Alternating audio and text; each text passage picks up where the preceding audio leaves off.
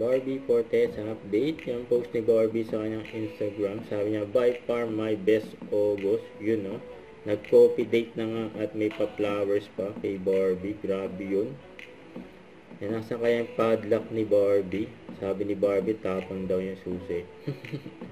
Yan, no? Hanapin. Daming padlock. Tapos ito, spotted pa nga sila Barbie at Jameson. Nag-date. Nagpa-picture pa nga yung chef dyan sa isang restaurant. Yan yung kamay nila. Oh. Ito pa nga yung video ni Barbie. Ayun pa nga yung chef na nagpa-picture sila Barbie at Jameson. Tapos kita pa nga yung ilong ni Jameson. Oh. Yan yung tangos.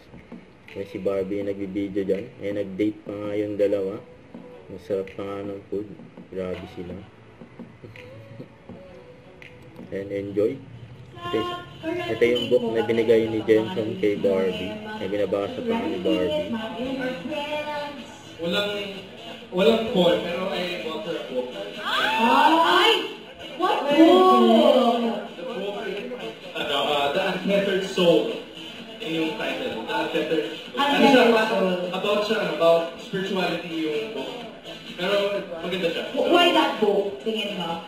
Kasi parang na-amaze ako nung binasa ko siya. So, knowing na book reader siya, parang ito rin na good read. Usapang books to. Ito pa nga yung picture ni Barbie. Diyan sa harap ng SM Mega Mall.